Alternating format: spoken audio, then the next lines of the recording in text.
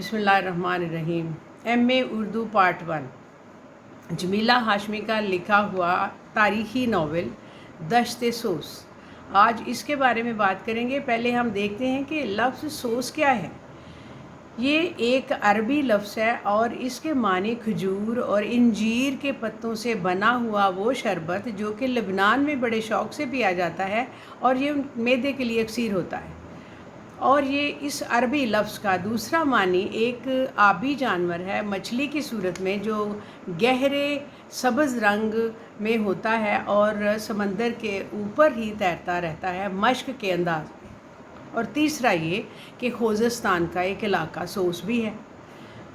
चुनाचे इन और एक तलफ़ुज़ जब इसका हम देखते हैं तो इसमें हम काफ़ी अल्फाज को देखेंगे तो औस, अफसोस, बेहोश है, इसलिए ये लफ्ज़ सोस है, दश्त-ए-सोस। जमीला हाशमी के बारे में देखते हैं। पाकिस्तानी नावल निगार, मुख्तसर कहानी नवीस थी और उन्होंने नादर नावल भी लिखे हैं, बहुत काम किया उर्दू के लिए। और आतिश उल्फत के नाम से तहरीर किया एक नावल उनका, जो टीवी सीरियल में भी हमारे सामने आया। जमीला हाशमी 1934 में बरतानवी हिंदुस्तान में अमृतसर में पैदा हुई और क़याम पाकिस्तान के वक्त हिजरत करके पाकिस्तान तशरीफ़ ले आईं और साहिवाल में उन्होंने सुकूनत इख्तियार की। और बाद में काफ़ी देर बाद में लाहौर जाकर FC कॉलेज से अंग्रेज़ी अदब में MA किया और सिविल सर्विस हासिल की। साथ ही मुतअद्दिद नावल भी लिखे, कहानियाँ लिखी और पंजाबियों की सकाफ़त, ज़िंदगी और सिख फ़न और फ़नो सकाफ़त पर तवज्जो दी। उनके नावल दश्त-ए-सोस, चेहरा ब चेहरा, रू ब रू, तलाशे बहारा और गैर हकीकी किरदारों पर मुश्तमिल है। और जैसे हम देखते हैं कि दागे फ़राक, आतिश रफ्ता, लहू रंग, शबे तार रंग उनका मजमुआ है। दश्त-ए-सोस ज़्यादा जज्बाती, फ़लसफ़ियाना, हैरत अंगेज़, दिलचस्प और हैरान कुन तनाज़ा का तजिया मुस्लिम दौर के अलविदाई दौर का तस्वर किया जाता है। जमीला हाशमी ने अपनी तहरीरों में वक्त के गुज़रने के साथ साथ मवाद दोनों के साथ साथ बहुत काम किया, असलूब में काम किया, लेकिन उन्हें वो तवज्जो नहीं दी गई जिसकी वो मुस्तहिक थी। लिहाजा हम देखते हैं कि दश्त-ए-सोस का ख़ुलासा क्या है, उसके बाद हम उसका तजिया पेश करेंगे। जमीला हाशमी का मारूफ़ और अहम तारीख़ी नावल जो 1983 में शाया हुआ नावल बगदाद के दरवेश सूफ़ी हुसैन बिन मंसूर हल्लाज की ज़िंदगी से मुताल्लिक़ है और इसमें उनकी शख्सियत के अहम गोशों को उजागर किया गया है। साथ ही हुकूमत वक्त की जानिब से उन पर ढाए गए मज़ालिम, उसके हौलनाक मनाज़र भी दिखाए गए। नावल में 10वीं सदी के जो अब्बासिया दौर था उसकी सियासी, समाजी, मजहबी तनाज़ुरात के साथ पेश किया गया है। सैयद जावेद अख्तर दश्त-ए-सोस के बारे में लिखते हैं कि ये एक किरदारी नावल है जिसकी कहानी आतिश परस्त मोहिम्मी के पोते और नौ मुस्लिम मंसूर के बेटे हुसैन के गिर्द घूमती है। फिर कहते हैं नावल तारीख़ी पस मंज़र में लिखा गया है। हुसैन इब्ने मंसूर के मखसूस फ़िक्री तनाज़ुर की रोशनी में तहरीर करदा एक ख़ूबसूरत नावल है जिसमें मुसन्निफ़ा ने साबित किया है कि अगरचे गुलाब मिसले गुलाब, इश्क मिसले गुलाब है, मज़रा ज़िंदगी भी है, कभी अपने नाम से गुज़र जाने का भी नाम बन जाता है। हीरो हुसैन बिन मंसूर ईरान के शहर तोस में पैदा हुए। 16 बरस की उम्र में उन्होंने कुरान करीम को हिफ़्ज़ किया। सुहेल बिन अब्दुल्ला के मुरीद हो गए। सोमो सलात के पाबंद, सैर व सियाहत के दिलदादा थे। बसरा में जब हुकूमत वक्त ने परेशान किया तो वो बगदाद चले गए, जहाँ वो एक सूफ़ी के तौर पर उभरे। यहाँ उन्होंने शादी भी की, 4 बच्चे पैदा हुए। यहाँ बगदाद में उनके मुरीदों की तादाद जब बढ़ने लगी तो हुकूमत वक्त की नज़रों में खटकने लगे। तरह तरह से उन्हें तंग किया जाने लगा और उन पर रआया को हुकूमत के ख़िलाफ़ भड़काने का इल्ज़ाम लगाया गया। यहाँ से निकल कर वो हज पर रवाना हुए और 3 साल वहाँ रहे। उसके बाद खुरासान आ गए। उसके बाद मशरक़ी ईरान में 5 साल गुजारे और फिर तस्तर चले आए। फिर हिंदुस्तान का भी दौरा किया और हिंदू फ़लसफ़ा का मुतालिया किया। तुर्कस्तान में बुद्ध मज़हब का भी मुतालिया किया। तीसरे हज के बाद वापस बगदाद रवाना हो गए। हुसैन ज़हनी एतबार से नई रवायत के अलमबरदार थे। उनकी शायरी बागियाना, उनके ख़यालात उस अहद के फ़िक्री रवैयों के बारक्स थे और इसीलिए उन्हें बाज़ लोगों ने दीवाना भी कहा। वो इंसान को मरकज़ी हैसियत देते थे। उनके मुताबिक इंसान की ज़ात अंदर ही खुदा का वजूद होता है और इस बात पर ज़ोर देते थे कि जो फ़र्द में खुदी और इज़्ज़त नफ्स है वो होनी चाहिए और उसका एहसास उसे उजागर करते रहना चाहिए कि वो इनफरादियत मनवा सके। इस बात पर उनकी मुखालफत हुई और उन्हें तरह तरह के जो मसाइब थे उनका सामना करना पड़ा। अरब में बगावतें चूँकि हो रही थीं और हुसैन बिन मंसूर के कारनामों की वजह से उनके बढ़ते हुए पैरोकारों की तादाद से हुकूमत वक्त जो थी वो खौफज़दा थी। चुनाचे उन्होंने हाकम वक्त जो हामिद बिन अब्बास था, उसने इब्ने दाऊद असफ़हानी से हुसैन बिन मंसूर हल्लाज के कत्ल का फतवा लेकर उन्हें गिरफ़्तार करवाया। 1 साल बाद वो फ़रार होकर वहाँ से कैद से फ़रार होकर वो खुज़स्तान के इलाके सोस चले गए। 301 हिजरी में उन्हें फिर गिरफ़्तार कर लिया गया। कई साल जेल में रहे और हामिद बिन अब्बास के इसरार पर जब वो रहा हुए फिर गिरफ़्तार कर लिया गया। 1 साल मुकदमा चला और उनको बेदर्दी से कत्ल करके उनकी लाश को जलाकर दरिया में बहा दिया गया। हामिद चीख कर कहता रहा, जाओ इसकी दस्ते खाकी को जलाकर उसकी खाक उड़ा दो, इसकी अना को मैंने कत्ल कर दिया है, अब वो किसे हक़ को पुकारेगा, कैसे हक़ को पुकारेगा। अम्मार ने सोचा कि हामिद जो है वज़ीर ममलकत दीवाना हो गया है।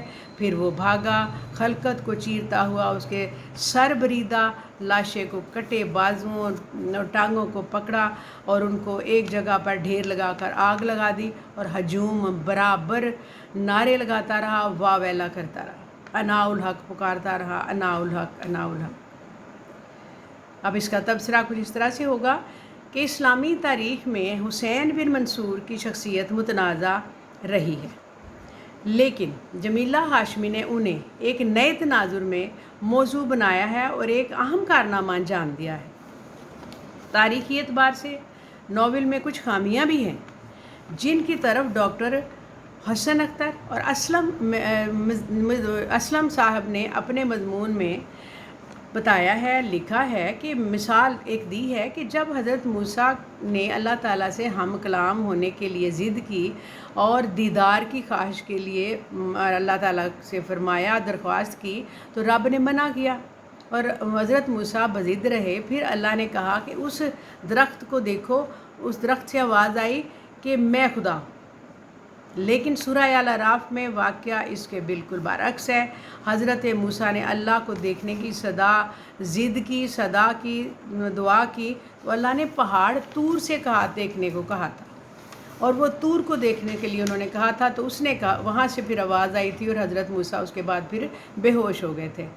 अच्छा, अगला वाक़या उन्होंने जो बताया है, दरख्त वाला जो वाक़या था ना, वो सूरह अल क़सस में है, जो आयत नंबर 29 और 30 में है और इसमें हज़रत मूसा की पैगम्बरी अता करने का जो मामला है उसका ज़िक्र। अब हज़रत मूसा जो उन्होंने पैगम्बरी उनको मिलनी थी, तो उसका उसमें ज़िक्र किया गया है। अब डॉक्टर हसन अख्तर लिखते हैं कि मुसन्निफ़ा ने कुरान के इन 2 हिस्सों को आपस में मिलाकर एक अजीब सूरत हाल पैदा कर दी है और ये ज़रूरी था कि इतने बड़े वाक़यात को तहरीर करने से पहले मुतालिका हिस्से देख तो लेती, वाक़यात तो छानबीन फटक तो कर लेती।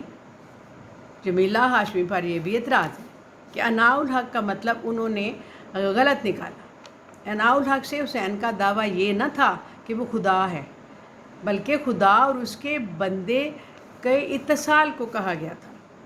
एक और जगह ये वाक़या हामिद बिन अब्बास और हुसैन बिन मंसूर के दरमियान तज़ाद का जो वजह बनी वो उन्होंने अनमोल बताई, जो कि हामिद की बीवी थी और हुसैन उससे मोहब्बत करता था और हामिद जो हाकिम वक्त था उसे रुकावत में उसने उसे कत्ल करवाया। ये उन्होंने वजह बताई।